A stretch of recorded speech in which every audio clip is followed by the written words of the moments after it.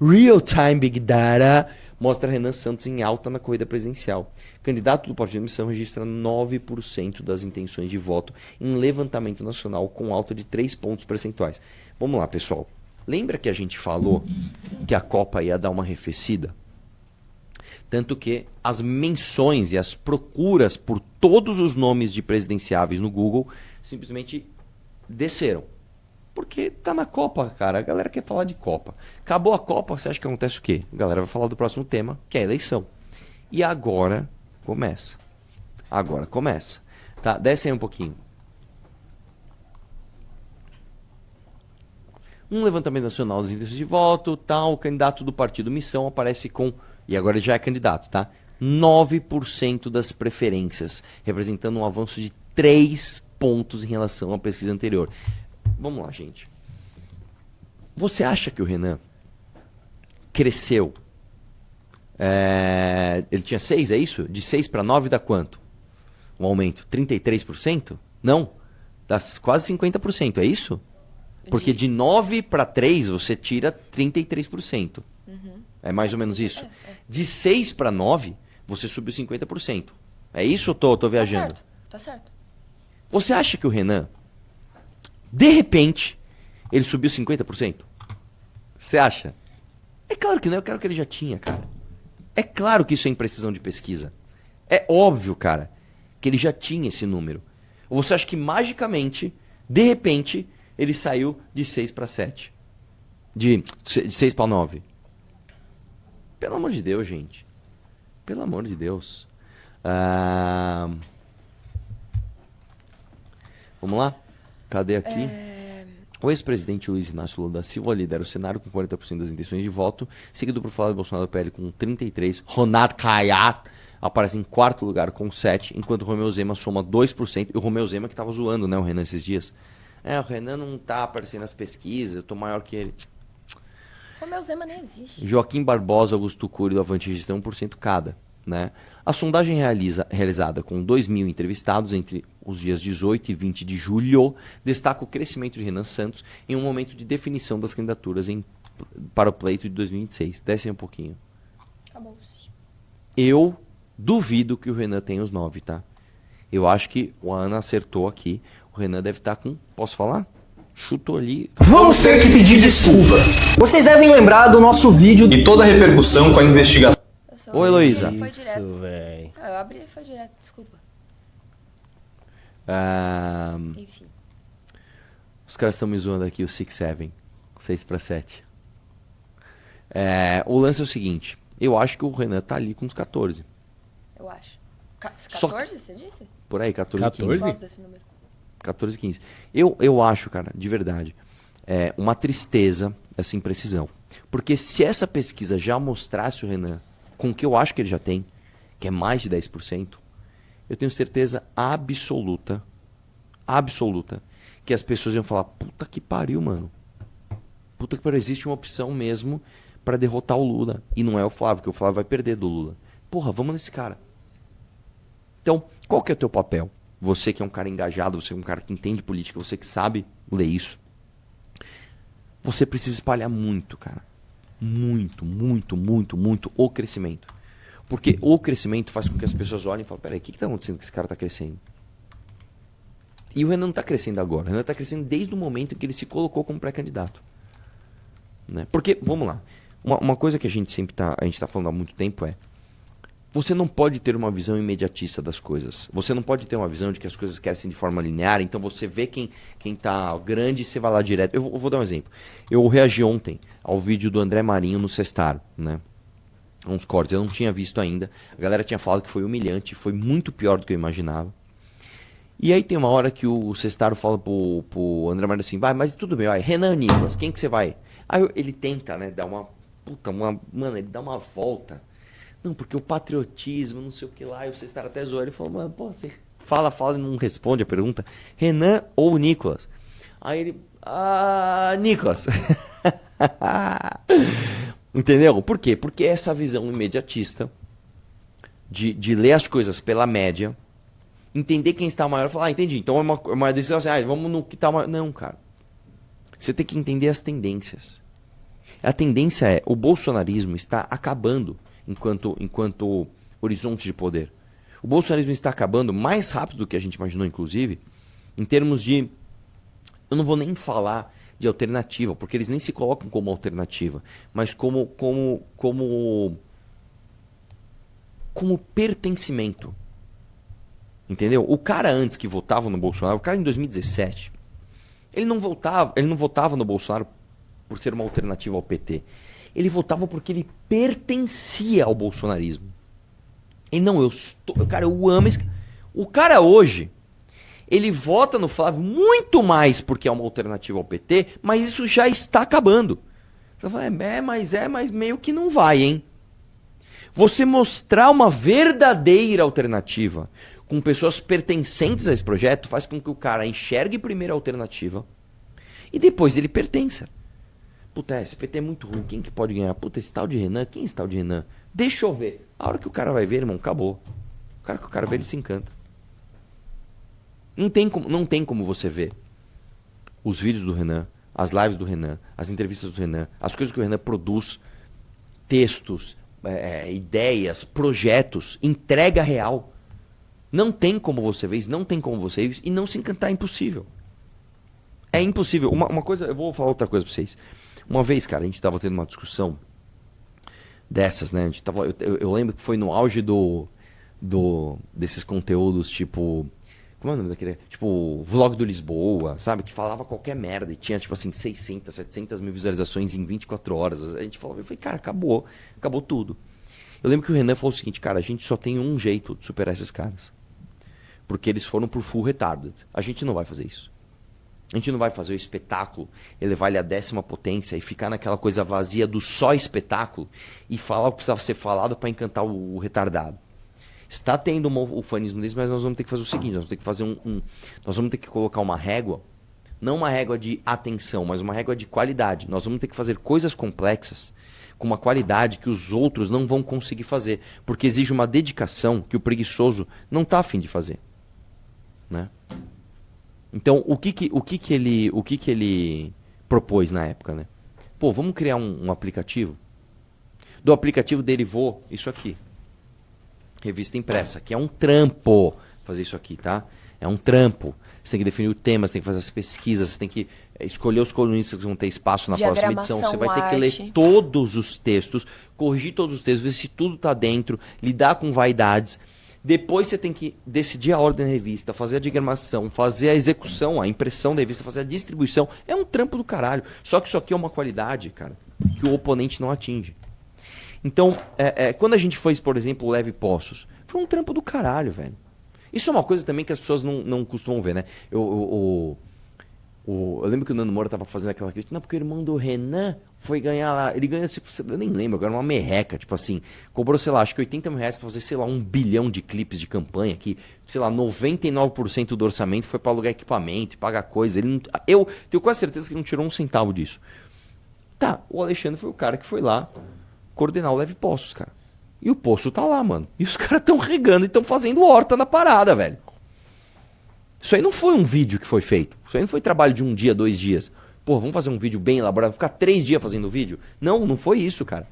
Foi um trabalho de meses, eu diria até anos. Porque você tem que fazer toda a pesquisa, depois você tem que fazer toda a arrecadação, depois você tem que fazer todas as compras, depois você tem que fazer todo o projeto, depois você tem que fazer toda a execução, tem todos os desafios logísticos. Aí depois que você faz tudo isso, aí você faz o vídeo. Ó, deu certo. Isso é um salto qualitativo, tá? Que você às vezes não acompanha o cara no quantitativo. Eu não consigo ter o número de visualizações que tem, sei lá, qualquer bolsonarista fazendo qualquer bolsonarismo aí. Entendeu? Eu não consigo ter. Só que os caras não podem sentar numa mesa e falar, nós entregamos isso aqui de palpável. Não tem, eles não têm isso para entregar. Nem as coisas que eles poderiam usar. A força midiática para conquistar, como, por exemplo, a tal da articulação para libertar os presos lá do Rio de Janeiro. Nem isso eles conseguiram. Então é um salto qualitativo. Dito isso, se o Renan ele é conhecido por alguém, não tem como o cara não se encantar. Porque além de todas as questões, vamos chamar de show, que o Renan faz, você tem as entregas reais. você tem uma qualidade que não se vê em outro lugar. Vamos ser sinceros, você via essa qualidade somente nos projetos de esquerda dos anos 80. A verdade é essa, que também depois degringolou. Porque até os anos 80, dos anos 60, vamos por até os anos 80, a esquerda produziu muita coisa boa, em termos de cultura, arte, etc. Depois também deu uma degringolada total. Mas ainda tem um aqui, outro ali. A direita não tem. A direita não tem.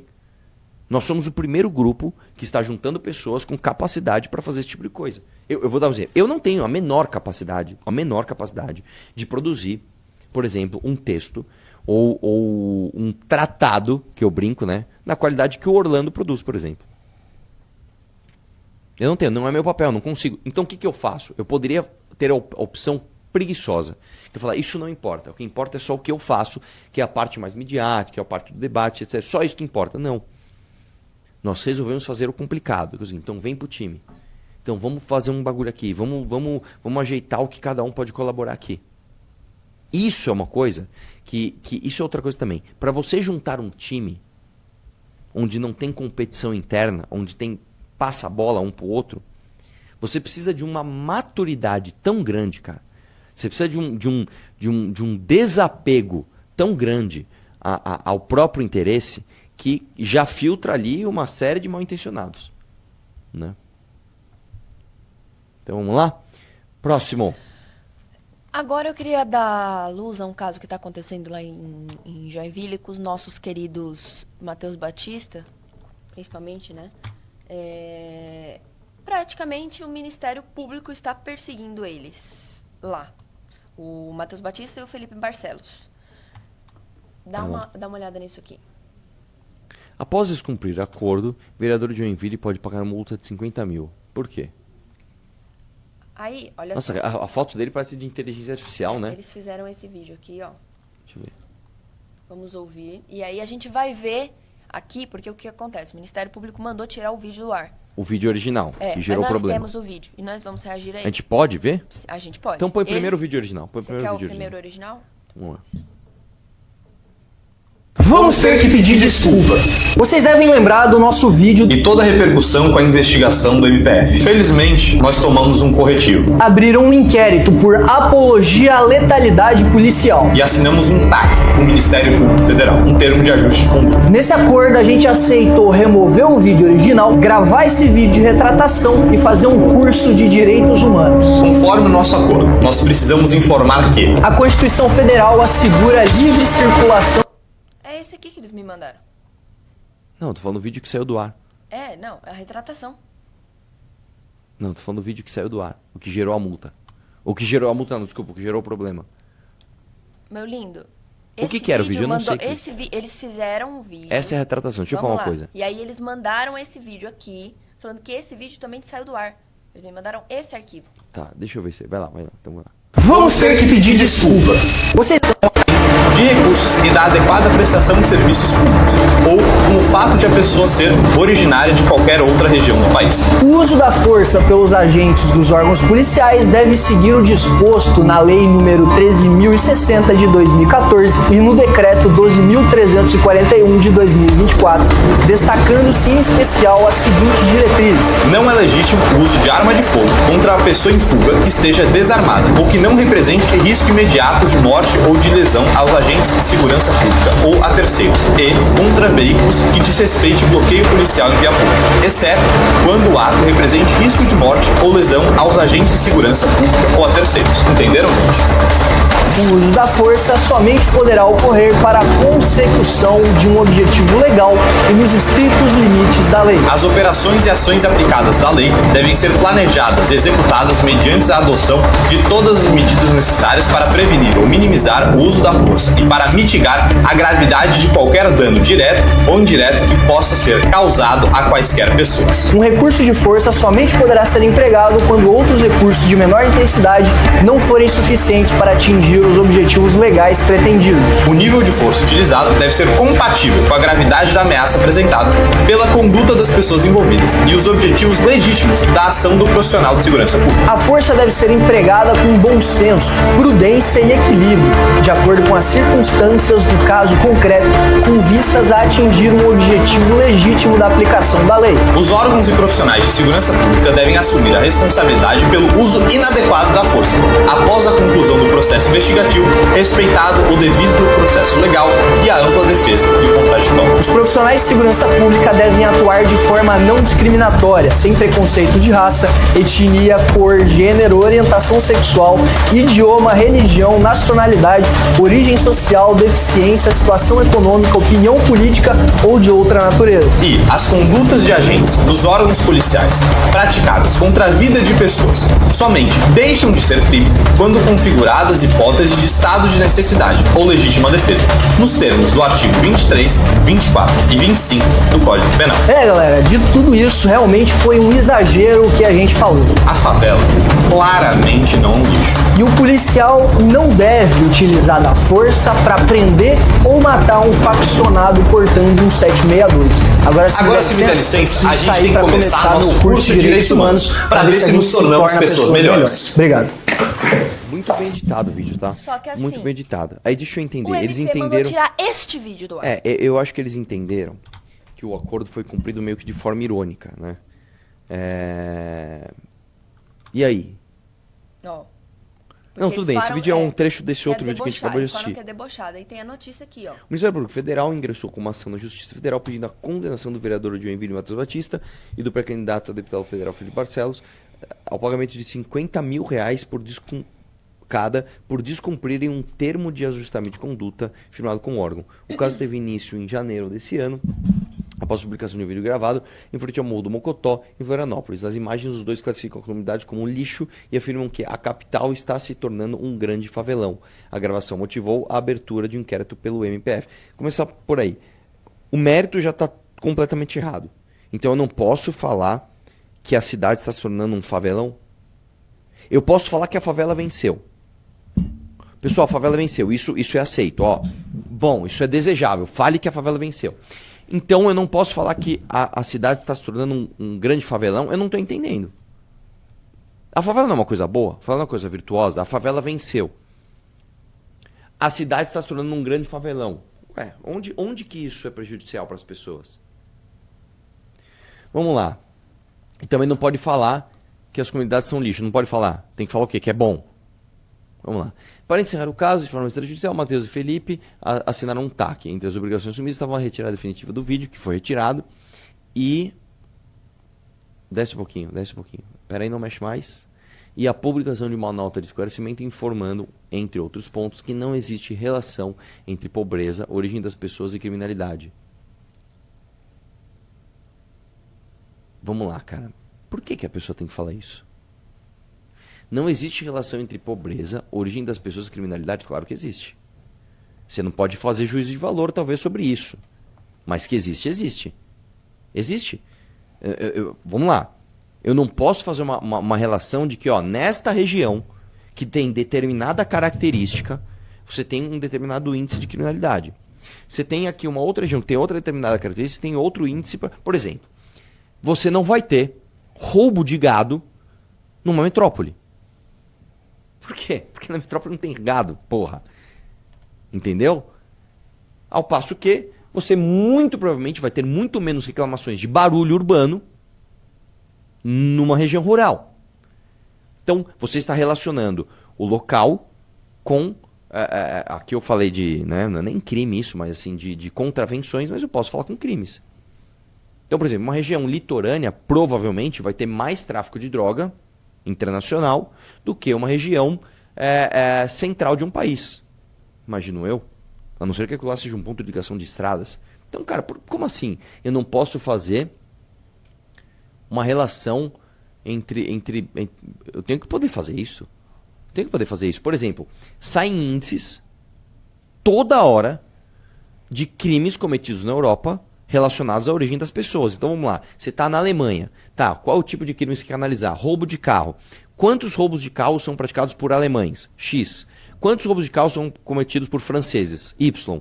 Quantos roubos de carro são cometidos por, sei lá, albaneses? É normal você fazer isso. E não tem relação entre... Claro que tem, cara. Claro que tem.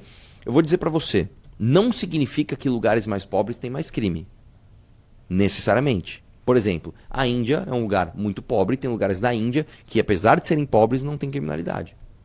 E existem lugares mais ricos onde tem mais criminalidade. Dizem, tem teses que falam que o problema é o contraste. É a parte rica com a parte pobre, onde contrasta, você tem criminalidade. E aí, você está fazendo um juízo de valor sobre isso. Então, assim, cara, isso aqui, o que o Ministério Público fez já é um absurdo. Mas aí eles fazem o vídeo e o Ministério Público ainda assim... Pelo amor de Deus, né? Pois é.